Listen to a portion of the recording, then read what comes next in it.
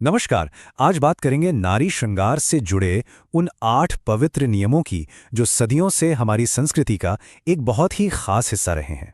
कभी सोचा है कि रोज तैयार होने की एक आम सी आदत में भी कुछ गहरे पुराने राज छिपे हो सकते हैं?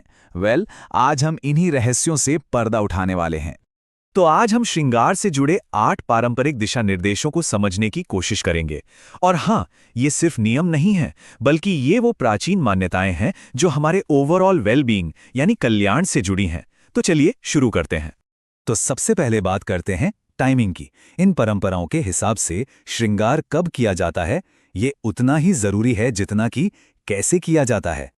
अच्छा, तो 3 ऐसे खास समय हैं जब श्रृंगार करने से बचने की सलाह दी जाती है।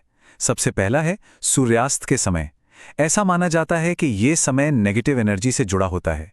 दूसरा है मंगलवार का दिन।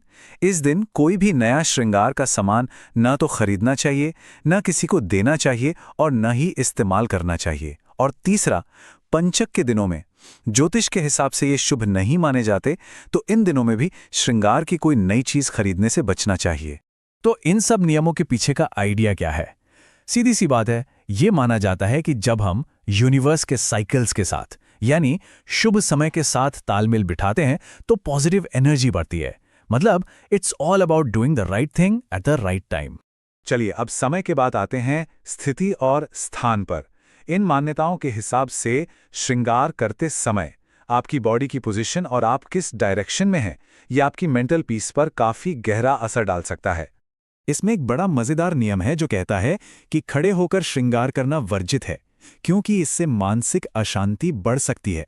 सोचिए, ये हमारे पोस्चर और हमारी मेंटल स्टेट के बीच कितना सीधा कनेक्शन दिखाता है।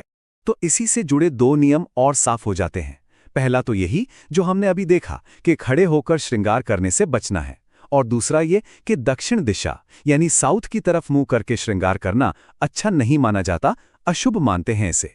तो ये सारे गाइडलाइंस एक ही बात की तरफ इशारा करते हैं कि आपकी फिजिकल पोजीशन और डायरेक्शन आपकी इनर स्टेट ऑफ माइंड से सीधे सीधे जुड़ी हुई है ना? हमारी बाहरी और भीतरी दुनिया के बीच एक गहरा कनेक्शन। अच्छा, अब हम आते हैं इस पूरी प्रथा के सबसे पर्सनल और सिंबॉलिक हिस्से पर, यानी प्राइवेसी और सिंबॉलिज्म पर। देखिए, प्राइवेसी से जुड़े 2 खास नियम हैं। पहला कि मांग भरते समय उसे ढककर रखना चाहिए, क्योंकि इसे एक बहुत ही निजी, एक पर्सनल मूवमेंट माना जाता है। और दूसरा, जब श्रृंगार कर रहे हों तो इस बात का ध्यान रखें कि आपकी परछाई आईने में कोई और ना देखे। ये नियम मिलकर श्रृंगार को एक पर्सनल रिचुअल बना देते हैं।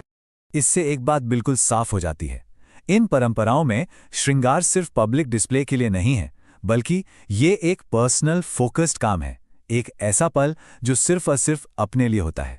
तो चलिए अब आते हैं हम अपने आखिरी और शायद सबसे सिंबॉलिक नियम पर। इसका हिंट आपको स्क्रीन पर दिख रहा है, और ये नियम है कि दोनों हाथों में पहनी जाने वाली चूड़ियों की संख्या बराबर नहीं होनी चाहिए।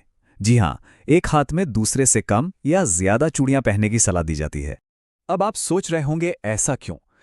इसका सिंबलिज्म जुड़ा है वैवाहिक जीवन से। ऐसा विश्वास है कि चूड़ियों की ये जो अनइक्वल संख्या है, ये मैरिटल लाइफ में एक पॉजिटिव इंपैक्ट डाल सकती है। तो चलिए एक बार फटाफट से इन 8 नियमों को देख लेते हैं। हमने इन्हें 3 हिस्सों में बांटा। पहले थे समय से जुड़े नियम, फिर आए स्थान और स्थिति के नियम, और आखिर में हमने बात की गोपनीयता और प्रतीकवाद से जुड़े नियमों की।